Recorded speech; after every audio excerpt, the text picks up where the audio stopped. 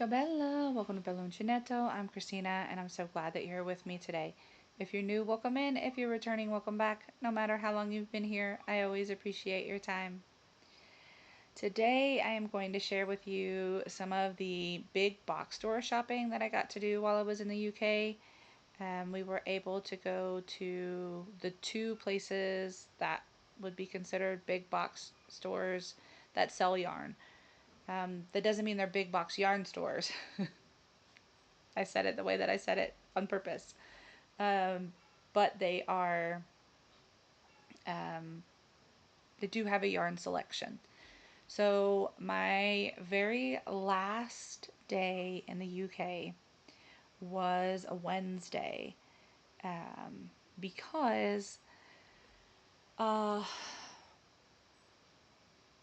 the way that the travel worked was I had to get on my plane, right, when I was going to the UK, then get to the train station and take a train to the side of the island where Sam is.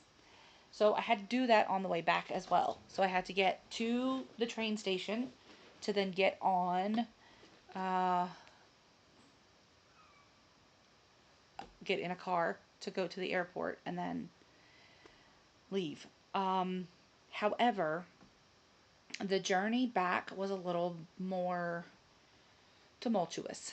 Um, so I only had really two options for trains on the way back. There was the regular, like, 3.5-ish hour train ride, or the sleeper car. Now, the sleeper car tends to go a little bit more slowly, um, but you do have a place to, like, lay down and things like that. Um, but it was not going to get to Paddington Station until 6 a.m. It's like 5:50 something. I still had an hour ride to get to the airport from Paddington Station because I flew into Luton. So it was an hour from Paddington Station. Um, so that wasn't going to work because my flight left at like 8 something in the morning.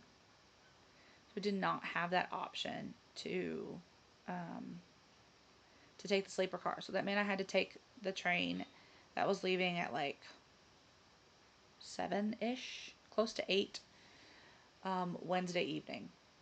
So Sam had decided um, that we would all kind of go together. So we had to take two cars, obviously, because it was her family and then myself and my daughter, um, which was great because I got to spend time with everyone while I was there. So I was glad to be able to say goodbye to everyone.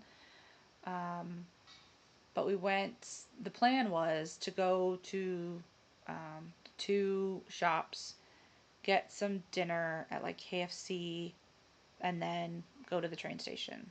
Well,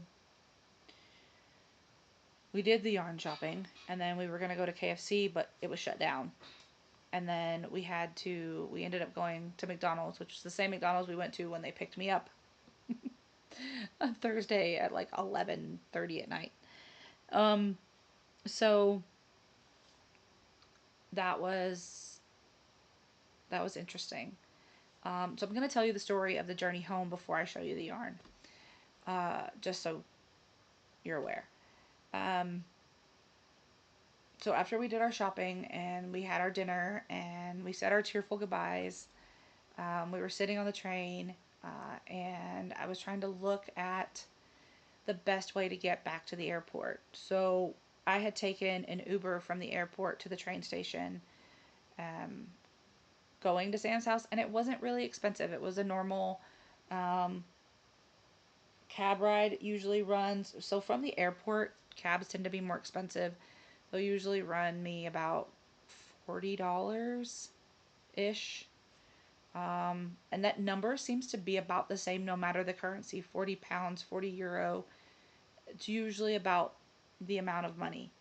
Um, but I always have to weigh that against the cost of leaving my car at the airport.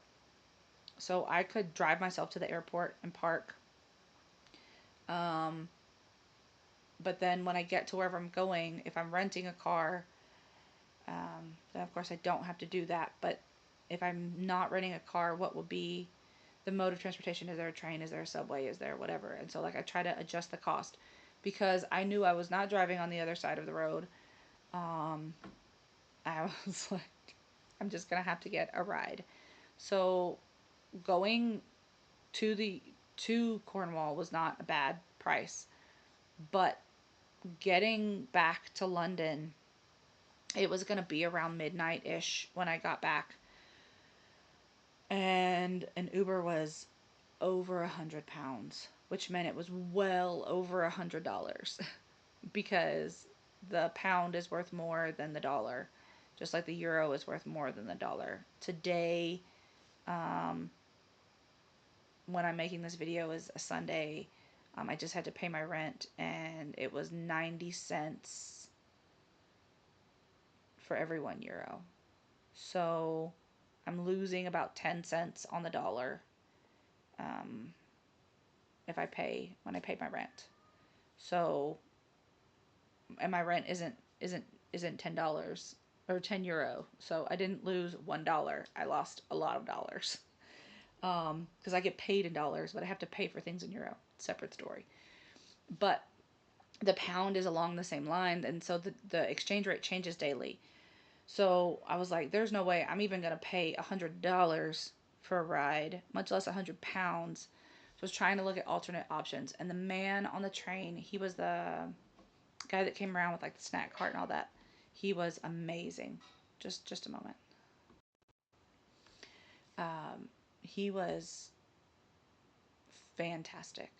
He was absolutely fantastic. He went and looked up all the different options for me, and found a couple of routes. He was like, if we get back at this time, you could do this. If we get back at this time, you could do this. If we get there at this time, you could do this. So he gave me 3 options. Um, and so we pulled into the station, and he told me to go to, um, up to get like the underground because I had to get to, um,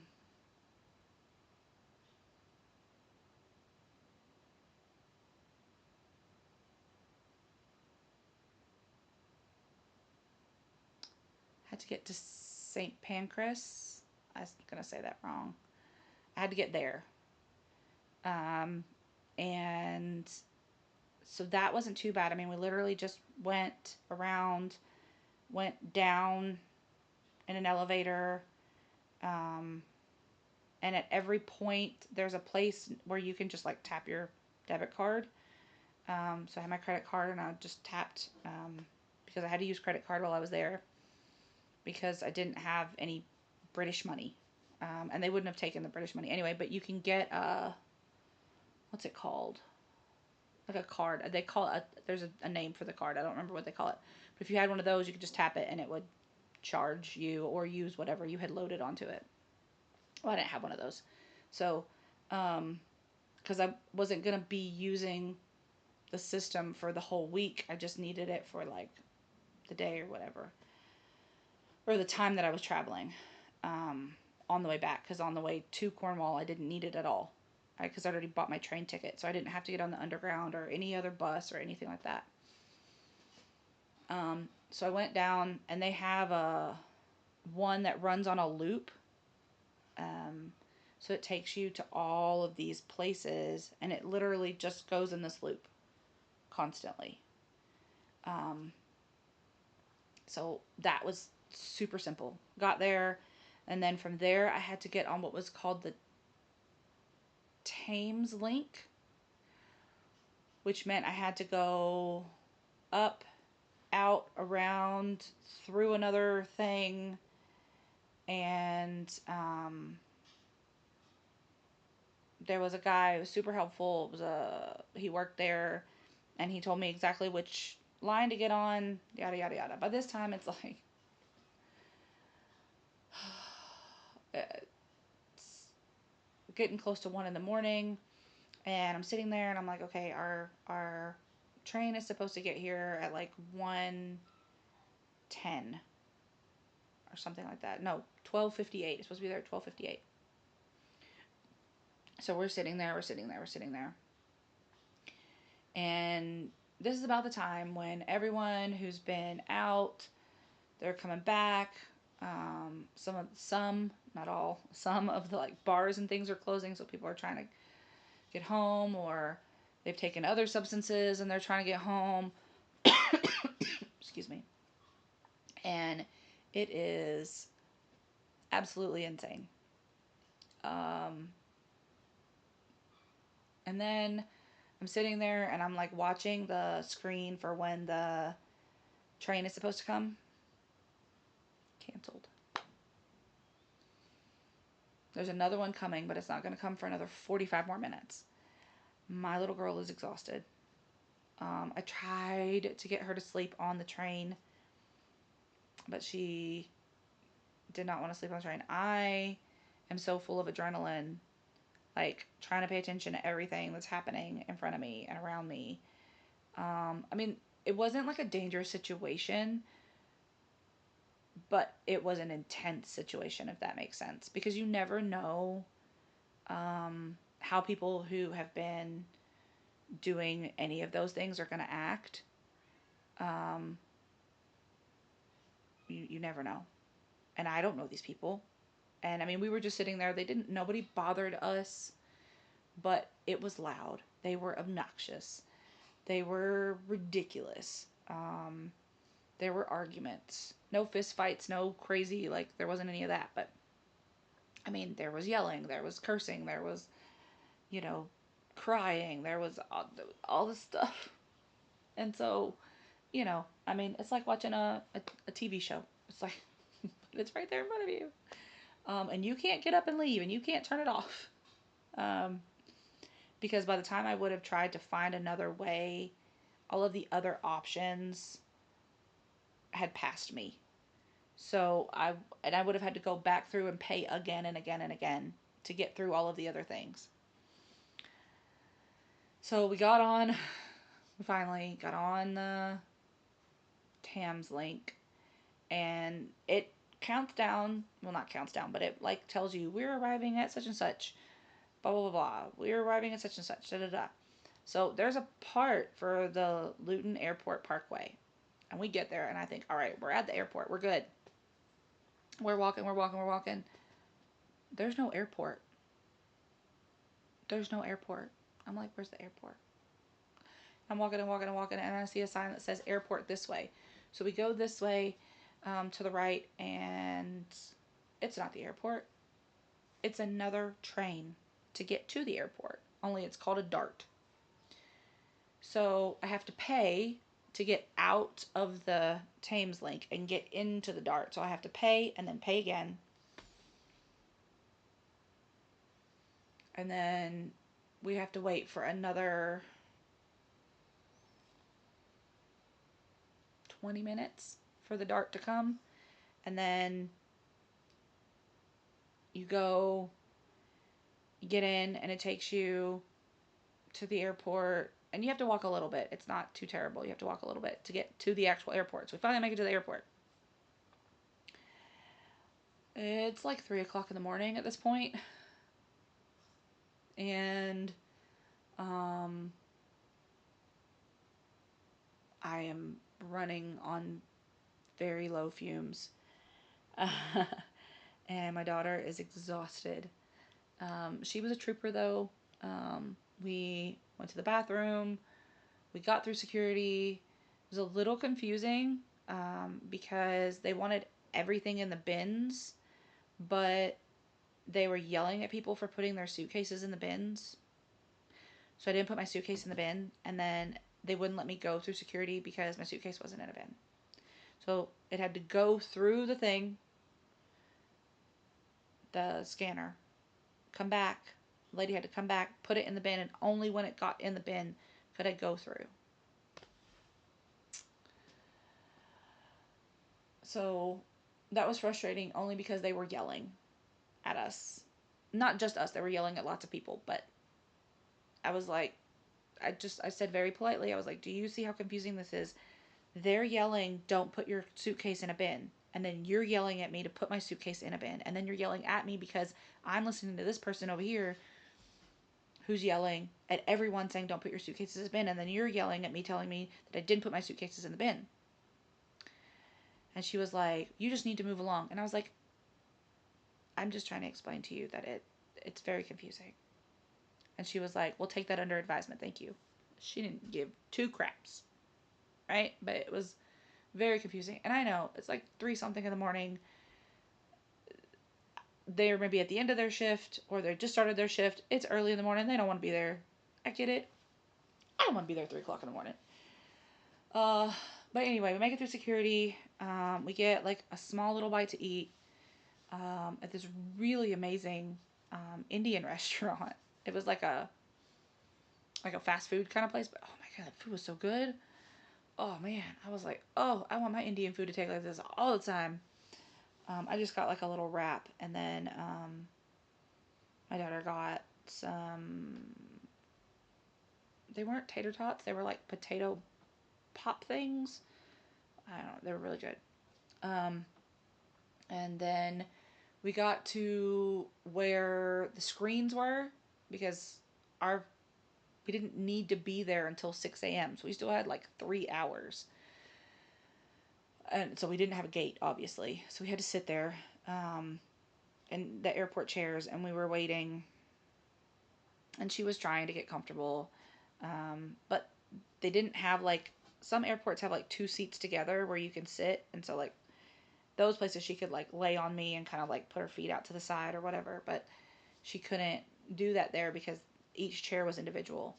And I was trying to look around. They had different restaurants, and I was trying to look around and see. One of them was really, really crowded and really, really loud. And the other one, it said it was an Italian restaurant. It was not Italian food at all. But um, it had these big booths. And I waited until I saw some people get up and leave. And I went in, and we got in a booth, and I put our suitcases up kind of so she could have like, and I took my jacket and made like a little pillow so she had like a little bed.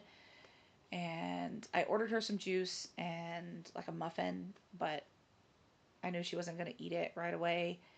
And then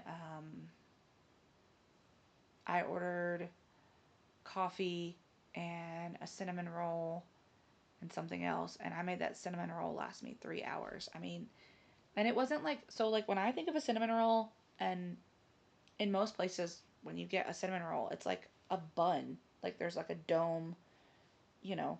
This, they had like, it almost looked like they had cut all of that off, and you just had the bottom roll part. And so it was like this thick. It was tiny, and it was expensive for being so tiny.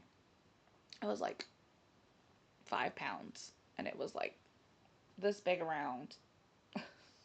With, I mean, there wasn't any like icing or cream or anything. It was just like literally cinnamon filling. And I was like, all right, I'm just going to make it last. I mean, I was literally cutting it into teeny tiny little bites.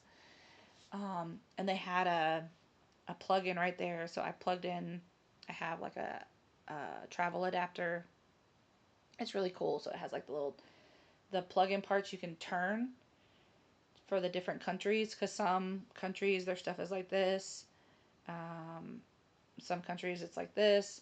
Some countries have like American plugs where it's a little bit more squared off, and then in some EU countries it's more rounded. So there's different things. It's really cool. Anyway, so I had that plugged in, and it has USB. It has like 3 USB ports, so I could plug like my phone, her tablet, um, have all of that charging while she was sleeping, and it was nice. So of course I was not asleep because if we both fallen asleep, they would have made us leave. So I was sipping my coffee, and then I got a juice, um, and then I got another juice, and I got another coffee, and but then I really had to go to the bathroom. But by that point, it was getting close to our time for our gate to pop up. So I was like, all right, well, I woke my daughter up and had her drink her juice and eat her muffin. And then we paid and went to the restroom, and then we did a little bit of shopping. There were some, because our gate still wasn't up, but that's when I found some playing cards for my son. He collects different kinds of playing cards. So if I go places and I see a unique one, like I'm not just gonna get him a regular deck of cards because they came from this particular city. Like I want to get him something that signifies where I got them from. And then I got some other gifts for some other people. Their birthdays are coming up. Um, and then they finally showed our gate, so we went to our gate. And then we got on the plane. And we didn't get home until like 2 something in the afternoon. And I couldn't go to sleep because if I went to sleep, then I wouldn't sleep at night. But I had an amazing night's sleep when I finally did go to sleep. It was the best. Okay, so all of that. I told you it was very convoluted. I know I mentioned it in another video earlier on when I started talking about my trip. And I know Sam has alluded to it in some of her videos. And she was like, it's not my story to tell, but it's a story. So anyway, while I was still with Sam, right, she picked us up from our Airbnb and we went to her house. We had some lunch and she took us to, I want to say it's like a viaduct, but it's like there's a river and there's like arches for like it's a bridge for the boats to go through. It's a beautiful place. There's a park, and we sat and we chatted for a while my daughter ran off some of her wiggles, and because we knew we were going to have a long journey. And then we went into Plymouth to the stores. So the first store that we went to was Hobbycraft,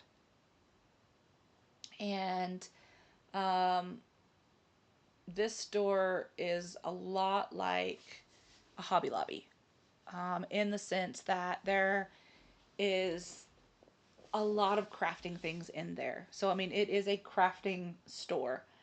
There were so many cool things in there.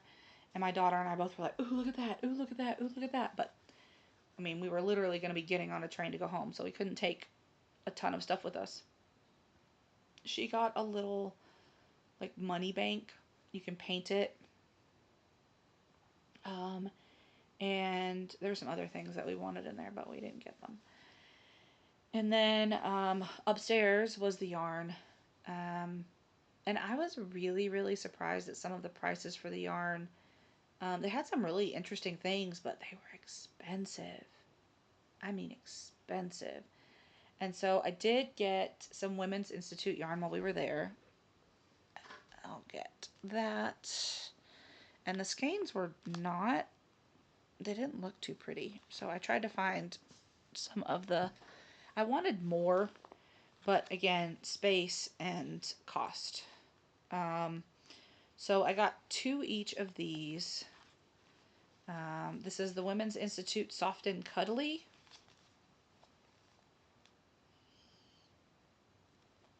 So you can see they're both a DK weight, and they're both 125 meters, 100% acrylic. Mild wash, 40 degrees Celsius. Do not bleach, tumble dry, gentle. Do not iron. You can use a 4mm hook or a 4mm set of needles for a 10 by 10 centimeter square.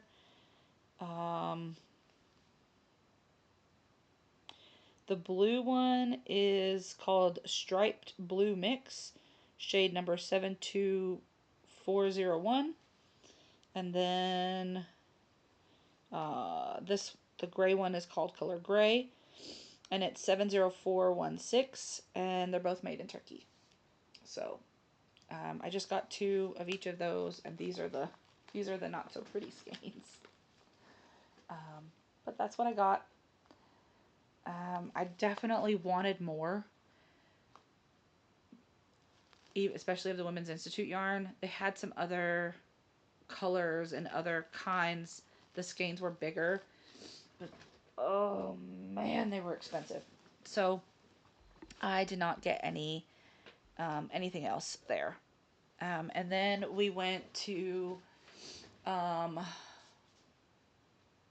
it's the same town. We went to the range. Now the range reminds me of um, like a Lowe's or like a Home Depot kind of store, because when you walk in, there's all kinds of stuff for your home. So you have lighting, you have like electrical things, you have, and they have some stuff like outdoor decor and different things like that, but there are definitely different departments. And again, there's a craft section, but it's upstairs. So as we were going up the escalator, I could see the different departments, and it very much reminded me of like a Hobby Lobby or a Lowe's, in the sense that, you had all of these different departments. Now, different departments. I don't know about like construction things. Like I know at Home Depot and Lowe's in the States, you can get like power tools and things in bulk and things like that. I don't know how it works there. I didn't ask. But we went to the craft section, and it was literally a yarn block. That was it. Now, there were some things that were kind of pretty colors. Um, and I thought, oh, well, I could have some of that, but I was like, where am I going to put it? Right? I have a tiny suitcase. I put my daughter's money bank, her little bank that she bought. I had to put her bank in my suitcase, or her suitcase, some suitcase. So I had to, I didn't have any room. But there wasn't anything that I necessarily had to have. I was just like, oh, that's pretty. So that was the extent of my big box yarn shopping, which is why I wanted to tell you the story of my journey home um, as well, because this would have been a 5-minute video. It would have been 5 minutes. But I can definitely see why Sam doesn't just rush out to go to the store to buy yarn, because it is expensive. It's very expensive. Not gonna say that at like Hobbycraft they won't have something you can use, but you're gonna pay a pretty penny for that. Um, so I definitely don't. Um, I don't think that she is wrong in her assessment of ordering things that she can get on sale or get on a good deal, um, because there's not a lot of wiggle room when you go to a big box store. And the LYSs, I mean, they had things in colors that you could use, but are they going to always have the quantity or the things that you need? A lot of it is acrylic or wool, and there's nothing wrong with that. But if you want cotton, you have to pay through the nose for cotton there. It is so expensive. Um, but you can get acrylic and wool fairly easily. But it's going to be a lot of solids. There's not a lot of variegated options.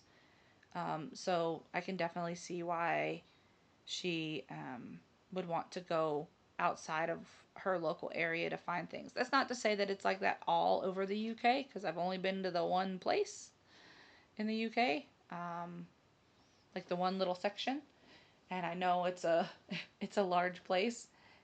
So I'm sure that there are places in the UK that have amazing yarn shops. I've heard of some of them. Maybe I'll get to visit them one day. But that was my experience while I was in the Cornwall area. So, with that, I will leave you. I hope that you've enjoyed the video. Let me know what you think about the yarn. What could I make with it? I mean, I know I could make a hat, but like, what else do you think I could make with it? What other yarns that you think I could blend with it to make something a little bit bigger? Could I put them in a blanket project? What yarns would you put with it? Because it is like a soft acrylic yarn. It's got a little bit of a sheen to it. So, I don't know. What do you think? What would you put with it? Um, as always, Be well, be safe, and be the change you wish to see in the world, everyone. Ciao bella!